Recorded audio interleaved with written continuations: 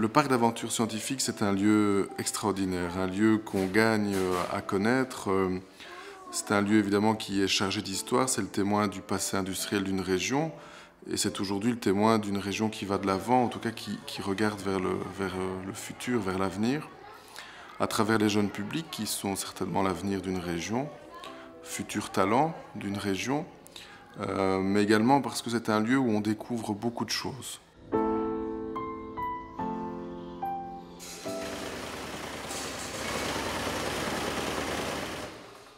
Le parc d'aventure scientifique, c'est un lieu d'abord de diffusion de la culture scientifique, mais c'est aussi un lieu d'échange. Un lieu qui rassemble une diversité de thématiques et une diversité de publics.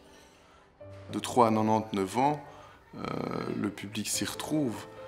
C'est un lieu évidemment intergénérationnel. Lorsqu'on observe nos publics, on constate que parents, grands-parents, élèves, enseignants, chacun y est présent, chacun y a sa place et chacun amène à l'autre une lecture différente.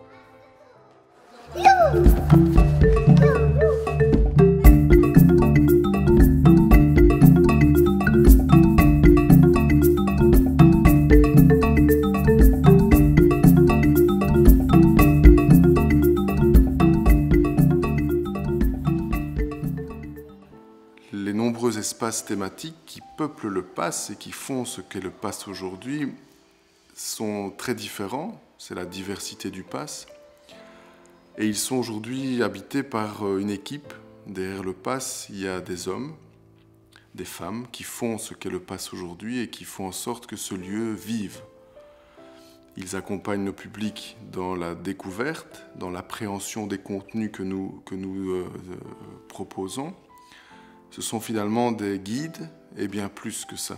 Ce sont des passeurs de savoir, des passeurs de découverte. On sait que les activités qui sont encadrées par cette équipe d'animation constituent un réel plus, une réelle valeur ajoutée. Et elles créent de nouveau une diversité dans le parcours de visite. On visite les expositions, on est acteur, et puis le temps d'une activité, on est pris en main, on est pris en charge. Et on découvre une thématique différemment, par le jeu, par l'expérience. Tout ça fait qu'aujourd'hui, le PAS est un lieu qui gagne à être connu et qui est reconnu pour la qualité de ses expositions, pour la qualité de ses activités, et également pour son côté résolument humain. Je pense qu'aujourd'hui, le PAS, sans cette équipe, sans les gens qui le font, ne serait pas ce qu'il est aujourd'hui. Il mérite également d'être mis en valeur. Et ils sont très très attentifs, très heureux que les publics partagent avec eux ce qu'ils ont à proposer.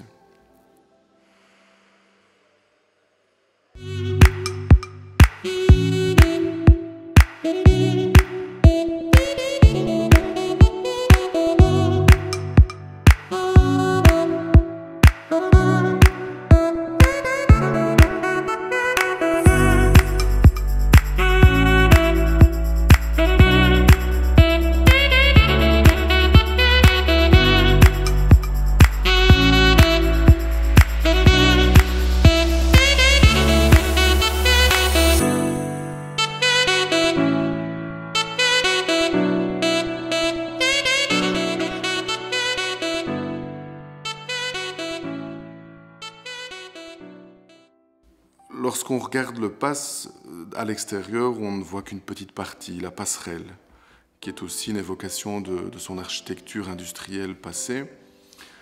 Mais c'est bien plus que ça. Aujourd'hui, lorsque les visiteurs pénètrent cette passerelle, s'offrent à eux 12 000 m² d'exposition, d'ateliers, mais également une plaine de jeux, un espace ouvert vers l'extérieur et surplombé par le terril, qui lui aussi est un élément témoin du passé. Et c'est un excellent terrain de jeu pour animateurs et groupes découvrir une faune et une flore qui a remplacé le charbon d'antan, qui a remplacé les mineurs, ou en tout cas qui est le résultat de leur travail, hein, l'expression intemporelle de cette énergie humaine qui était déployée à l'époque. Et aujourd'hui, ce terril, c'est aussi un emblème de la région et c'est aussi un emblème du Pass.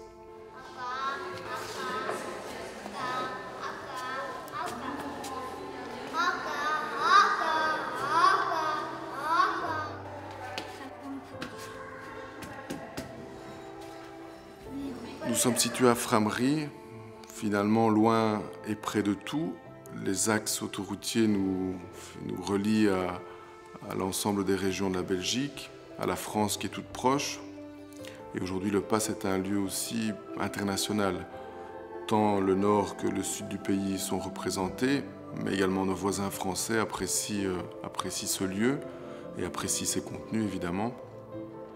Et nos amis étrangers, allemands, hollandais, qui font parfois escale dans la région, ont aussi plaisir à découvrir ce lieu.